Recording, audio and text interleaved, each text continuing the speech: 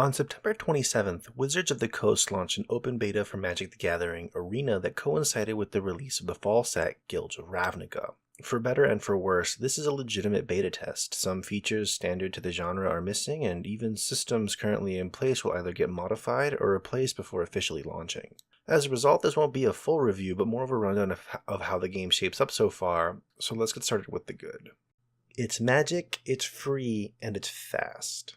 Magic the Gathering is rivaled by Doom in terms of its importance to gaming, but it always lagged behind its contemporaries Pokemon and Yu-Gi-Oh! Whenever it came to providing a modern digital adaptation. Arena changes all of that by building a new client from the ground up using the Unity engine. Unlike its free-to-play predecessor, Magic Duels, Arena uses a rope system similar to Hearthstone, which smooths over a lot of the pacing problems from the previous game. On top of that, Arena implements a full standard format and card pool, along with a rotating offering of limited formats like Draft and Sealed. Limited is particularly great because it lets you keep the cards you draft or open. Beyond more traditional offerings, Arena also implements special weekend events with their own unique rules and prize structures. Think of these events like Hearthstone's Tavern Brawls, so they do a great job of providing a novel experience that can break up the monotony of grinding standard. Arena also lets you earn its premium currency, gems, through play, and almost every event that has any kind of entry fee rewards reasonably skilled players by letting them go infinite through generous prize payouts that exceed the entry fee. It's an overall exceptionally polished experience, and Arena has allowed me to play more Magic in a single afternoon than in an entire month of Friday Night Magic.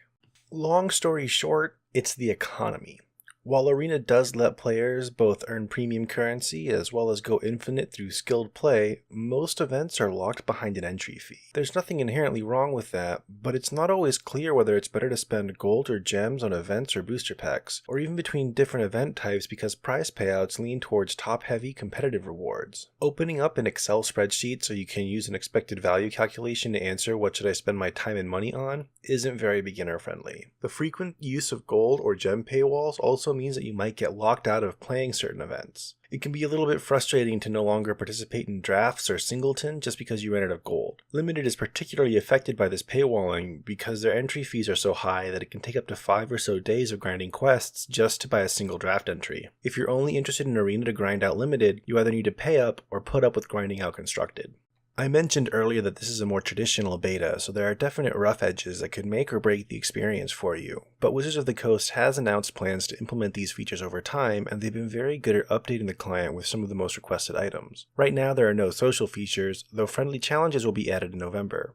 Ladder rankings are currently fairly meaningless outside of matchmaking, and the current system feels grindy and arbitrarily punishing on top of that. The final piece of ugliness is the wildcard system. Right now, Arena's progression is very card rather than crafting focused. This is great because the client will be able to give a lot of free cards and booster packs, but it suffers from a high degree of randomness. This is offset slightly by wildcards that allow you to trade for any card from any set at the same rarity, but a lack of 5th copy protection and the inability to trade a wildcard up or down means that this system feels different without feeling better. Wizards, for their part, have announced that they're thinking of implementing a full duplicate protection system, but they're holding off on that until they can answer certain design questions surrounding pack purchases and drafts.